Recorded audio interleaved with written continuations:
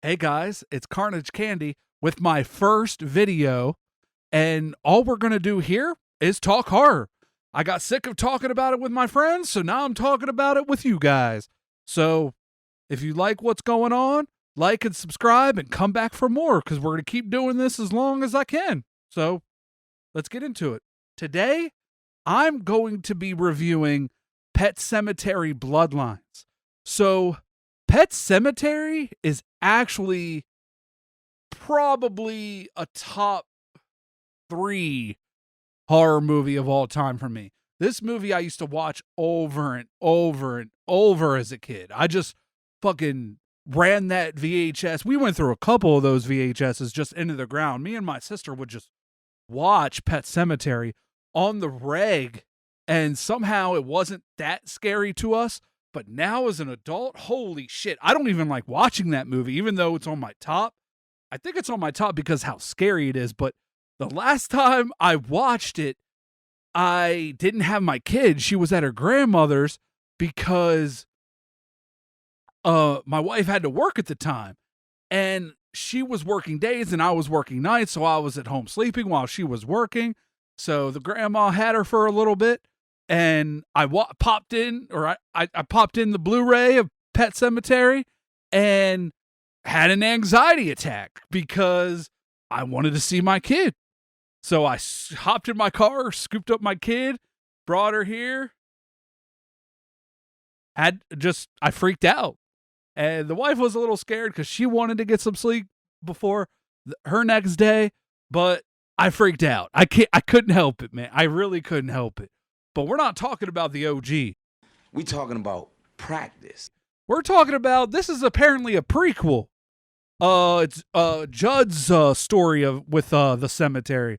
Not only Judd's story with the cemetery, it seems like this whole fucking town has a backstory with this cemetery, and I don't know where the fuck that came from, but I do know that it doesn't seem right. I don't like it. I don't like the idea. It seems really Evil Dead-esque. I didn't like the story, and they went ham with it. Like, they went on and adding more lore and added more lore. I think the greatness of the Pet Semetary is that we don't know other than it's spiritual. Like, I like that we don't know that much, and these guys just gave us an Evil Dead book. They gave us a blueprint. They gave us all this backstory to the cemetery, and I just didn't like it. I didn't like how long they were going with this. It was insane. It bored me.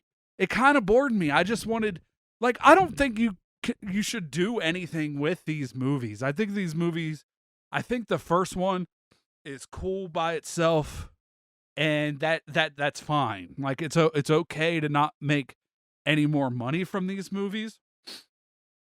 But I guess they're just like, I guess they all get together and they're like, what haven't we capitalized on in a while? And they just pick up Pet Semetary. That's the one. We got to make that. And it just wasn't good. And this is like a movie that I love, and they just can't get it right. And the only way to get it right is just to leave it alone. Just leave it alone. Like, just leave it alone. Like, it's fine. Like, you didn't need a remake. We didn't need a remake of a good movie that aged well. The original Pet Semetary is fine. Okay? And they remade it, and none of us know why. Like, Judd, in this one, in the Bloodlines, he's forgettable. How do you take one of the most memorable characters and just make him forgettable? Like, somehow they did it. They made him as plain Jane as you could. And they did it with kind of all of the characters except like the Timmy's dad and like Timmy. That's it, really. Those are the only characters that I really remember. And Timmy was just walking around, and sometimes he was eating people, sometimes he was just chilling with them. Like, I didn't like that. Like, either you're dead or you're not. And like he made booby traps from the war, from Vietnam, in '69 apparently, and apparently that was 20 years before Judd got that old. The timeline doesn't make sense. And him being dead and making booby traps like he was in Nam, it's not him. How would he know how to do that? He's dead. He died. Like, it was just literally took me right out of it. Every scene took me out of it. The masks, we've done that before, and we don't know what they're about. Like, stop bringing in the masks, stop making these movies, and let us just have our original. I definitely wouldn't watch this again. If I had to put a grade on it, I'd definitely give it a D. Like, maybe even an F. I really just don't like this movie. I don't like any of the writing. The production was fine. The production value was fine. Like the camera the shooting was fine. The acting was okay.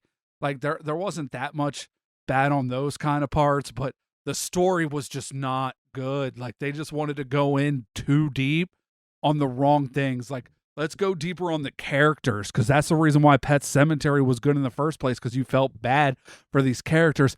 I didn't give a fuck about Timmy. He was already dead. He was killed off screen.